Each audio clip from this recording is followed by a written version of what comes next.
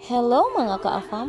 Hi! It's me, Mami Jolie, ang mother na gustong maging teacher. Health break ba? Aw, mag-health break ta. Areta magbantay ta sa ako pag-umangkon. Nari may deres balay sa akong inahan o gamahan. Bitaw, itaod-taod na magudmingo ka nga hidinhi. Mong nilaag na lang pud mi. Kay wala man pu'y klase. Niya mo ni among panihapon. Kay na mamis tawid, o may laing mapalit nga sudan. Aw, naglutog kapayas. Ngaway suba. Marisa ni nga ng beef loaf o squid rolls. Aw, okay kayo. Busog tanan. Tanang bitok sa tiyan. Kinsa may di mo kaon nga ng kalami nga na. Aw, ang mga dato di mo kaon nga na. Pero kami, aw, lami kayo. Mga unta ninyo, samtang mo tanang tagsalida. Hala, habhab diha da kay grabe na rabang gutoma. Bawal magutman kay hyper masugmat na pud niya. Kami rabayain taon dire kay wala din silang mamag si papa.